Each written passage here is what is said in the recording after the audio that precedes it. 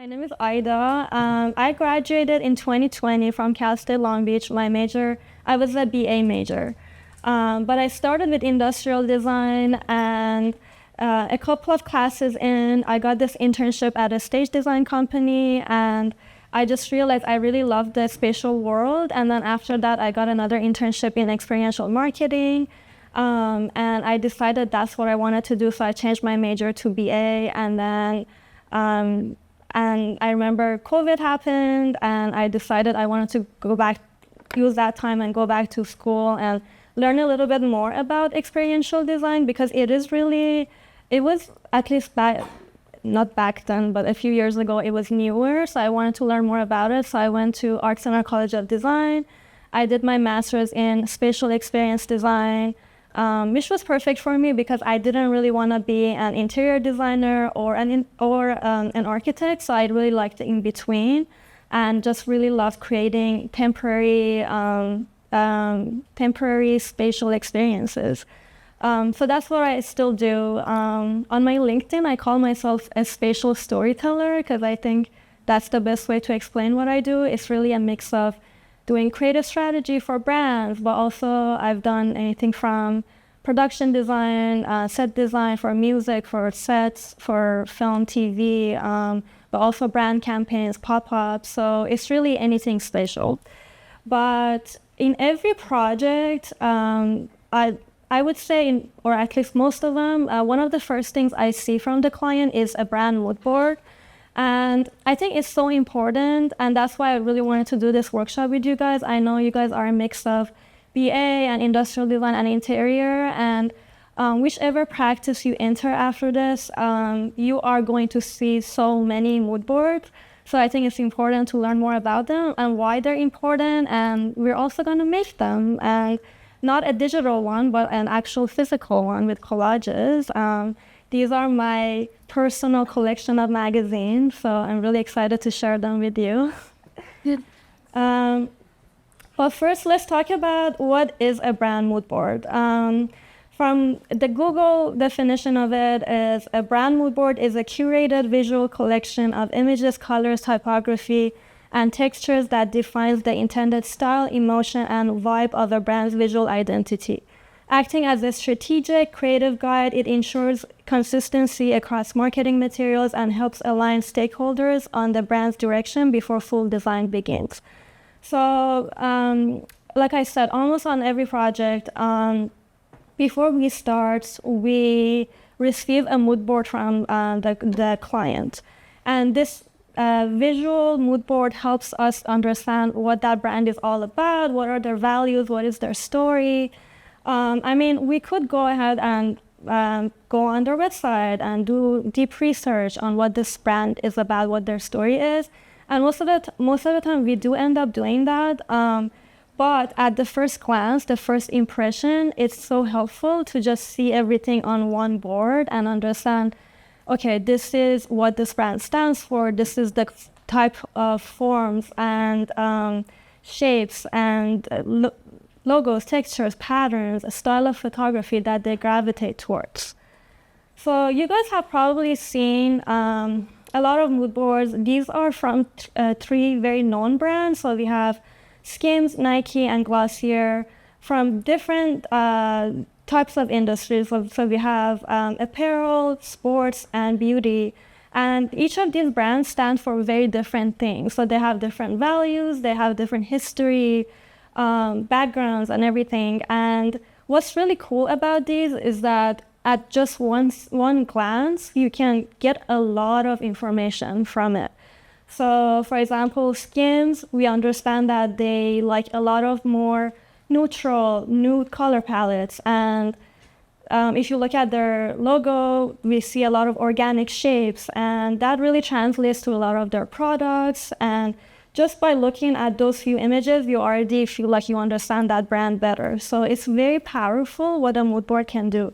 And same with Nike and Glossier, the types of photography they're interested in, the types of logos, typography, fonts, color palette. There's just a lot of information in just one image. So I already talked a little bit about this, but let's analyze again what's in these mood boards. So obviously, first is imagery. So this imagery can be anything from the types of things that inspires the brand, the style of photography they're into, just the types of forms they're into. It could be anything from like architecture or fonts, just anything that can give you some understanding of what kind of visual identity this brand gravitates towards. And then we have color palette, which is a really big one. When you see a mood board, it could have an actual color palette or a literal one, or you can just get an idea of the color palette just by looking at the entire mood board. So one thing that I've been noticing when I make my own mood boards is I sometimes feel like the mood board doesn't feel cohesive, and usually it's because these pictures are not really communicating a consistent and cohesive color palette. So when you guys make yours, I really encourage you to pay attention to colors and what kind of palette you're going with.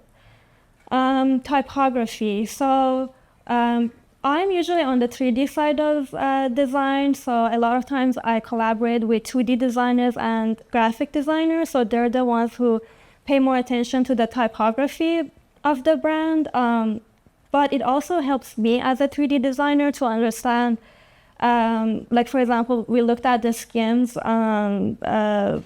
example, and Skims logo by itself gives a lot of visual information of what kind of form and organic shapes they're interested in. So it could also be very useful for the 3D team as well. And then we have textures and patterns. So the textures and patterns can be very informational when I'm designing, when I'm deciding on materials, when I'm designing the spatial parts, and patterns as well. Sorry, I forgot my chain of thought. But and then a lot of keywords, words that help understand what this brand stands for. So, are they more into soft forms? Is it like more edgy? A lot of quotes that the brand is interested in. It can really inform you what they stand for. And then design elements. So this can be anything from logos, illustration, graphic elements, and other things. But to summarize everything I just said, in summary, what mood board is really useful for is I just don't want to see a message like this when I send client a first rough draft. So this one says, really like the flower illustration used in the branding, just not sure on the style. Maybe we could add in a new color or even try a new font. So when you already communicate everything through a mood board, you don't have to do this back and forth thing with the client on what the font should be, what the style should be, what the color palette should be, because you've already talked about all of it and you've communicated that through the mood board. But to really understand how to create a mood board, we have to understand what a brand identity is. So a brand identity is a collection of tangible, visual, and strategic elements that a company creates to convey the right image, personality, and value to its audience. So I actually brought a book that I thought it would be helpful to introduce that book. So it's on the table. Feel free to go through it. It's really informational about what a brand identity is and how to understand a brand's core story and apply that to your design. But to just give you a simple idea of what a brand identity is simply the personality of the company and the brand. So every brand has a story. It has a background. a history, how it was created, what it stands for, all the values that it has, the color palettes that it gravitates towards. All of that information we talked about, it is part of a brand story, which is why I call today's workshop If I Were a Brand, because I think a brand and a company is very similar to a person in a way that they also have a personality and a background and a story. So just to give you an example, I'm using myself as a brand. So this is my brand if I was a company. And there's a lot to my story, like there's a lot of things to learn about me, but these are some of the things that will help you understand what shaped me creatively. And then I'm going to show you a mood board that I made for myself. And it will, hopefully by the time I tell you a little bit about myself, my mood board will make more sense to you as well. So there's like about 50 of you today here. And I'm expecting to see 50 very different mood boards because each of you has a very unique personality and background and story. And that's really the point of this exercise. So the first thing to learn about me is where I come from. I was born and raised in Tehran, Iran. And as a lot of people around me know that I'm a maximalist. Not only in my design practice, my designs are very maximalist, but also if you walk into my apartment, it's just like explosion of colors and patterns and artwork.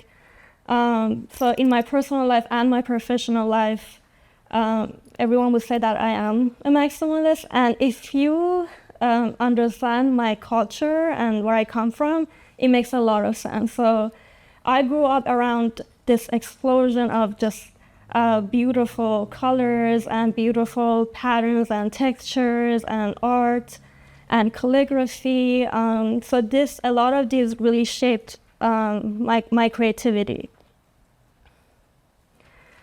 And then conceptually, a lot of my concept work, if you look at it, you will see a lot of patterns.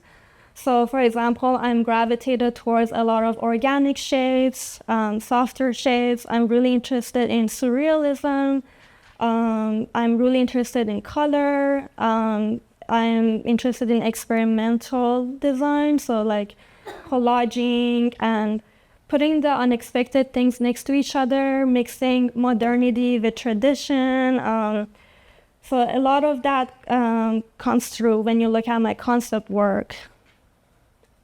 And then if you look at my work in real life, that also gives you an understanding of the range of work that I've been involved with. Like I said, I've been doing trade shows and brand campaigns and pop-ups, influencer dinners, TV and commercial production design, auto shows.